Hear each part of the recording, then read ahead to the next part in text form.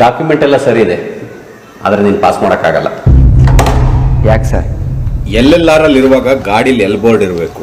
ಅದು ಅಲ್ಲದೆ ನಿನ್ನ ಗಾಡೀಲಿ ಮಿರರೇ ಇಲ್ವಲ್ಲಯ್ಯ. 6 ತಿಂಗಳು ಬಿಟ್ಟು ಮತ್ತೆ ಎಲ್ಲೆಲ್ಲರಿಗೂ ಅಪ್ಲೈ ಮಾಡು, ಆಮೇಲೆ ನೋಡೋಣ.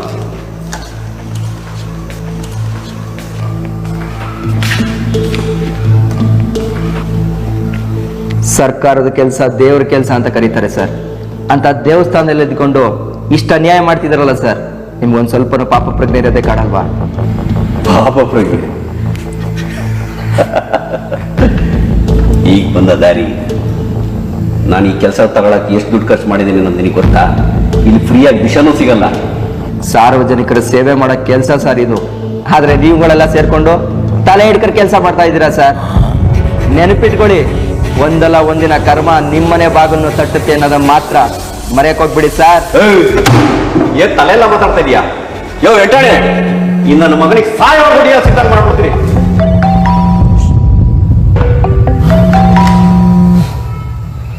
ಹಲೋ, ಎಲ್ಲಿ?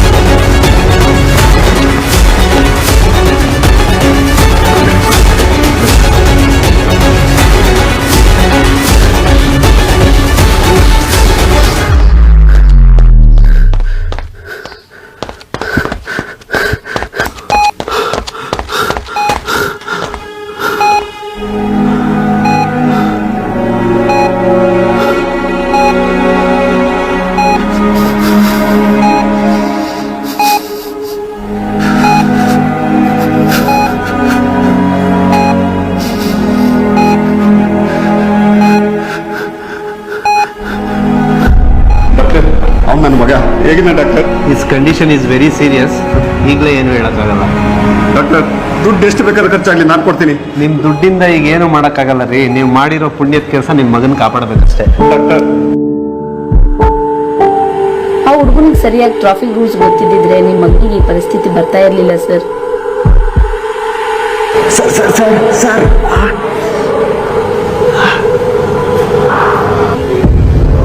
ರೈಟ್ ಇದೆ ಅಂದಮೇಲೆ ಲೆಫ್ಟ್ ಇದೆ ಅಲ್ವಾ ಸರ್?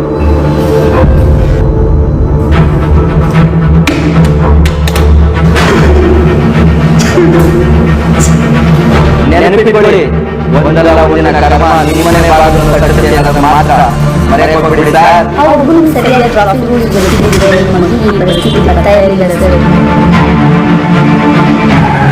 ಒಂದಲ್ಲ ಒಂದಿನ ಕರ್ಮ ನಿಮ್ಮನೆ ಬಾಗನ್ನು ತಟ್ಟುತ್ತೆ ಅನ್ನೋದನ್ನ ಮಾತ್ರ ಮರೆಯಕ್ ಹೋಗ್ಬಿಡಿ ಸರ್. ಇದರಿಂದ ಈಗ ಏನು ಮಾಡೋಕ್ಕಾಗಲ್ಲ. ನೀವು ಮಾಡಿರೋ ಒಳ್ಳೆ ಕೆಲಸ ಪುಣ್ಯದ ಕೆಲಸ ಇದರಿಂದ ಏನು ಮಾಡೋಕ್ಕಾಗಲ್ಲ. ಆ ಹುಡುಗನಿಗೆ ಸರಿಯಾಗಿ ಟ್ರಾಫಿಕ್ ರೂಲ್ಸ್ ಗೊತ್ತಿದ್ದಿದ್ರೆ ಒಂದಲ್ಲ ಒಂದಿನ ಕರ್ಮ ನಿಮ್ಮನೆ ಬಾಗನ್ನು ತಟ್ಟುತ್ತೆ ಅನ್ನೋದನ್ನ ಮಾತ್ರ ಮರೆಯಕ್ ಹೋಗ್ಬಿಡಿ ಸರ್. ಇದರಿಂದ ಏನು ಮಾಡೋಕ್ಕಾಗಲ್ಲ. ಆ ಹುಡುಗನಿಗೆ ಸರಿಯಾಗಿ ಟ್ರಾಫಿಕ್ ನಿಮ್ಮನೆ ಬಾಗನ್ನು ತಟ್ಟುತ್ತೆ ಅನ್ನೋದನ್ನ ಮಾತ್ರ ಮರೆಯಕ್ ಹೋಗ್ಬಿಡಿ ಸರ್.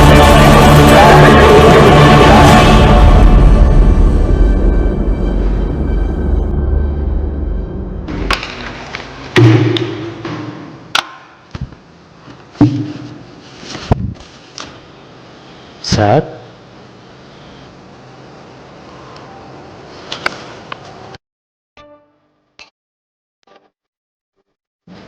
ಬದಲಾವಣೆ ಅದು ನಮ್ಮಿಂದ ಮಾತ್ರ ಸಾಧ್ಯ.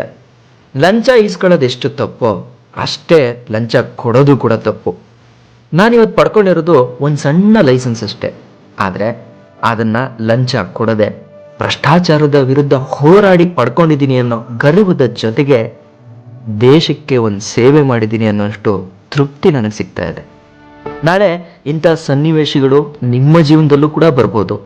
ಹೆದರಬೇಡಿ, ಅದು ನಿಮಗೆ ದೇಶ ಸೇವೆ ಮಾಡೋಕ್ಕೆ ಸಿಗೋ ಒಂದು ಅವಕಾಶ.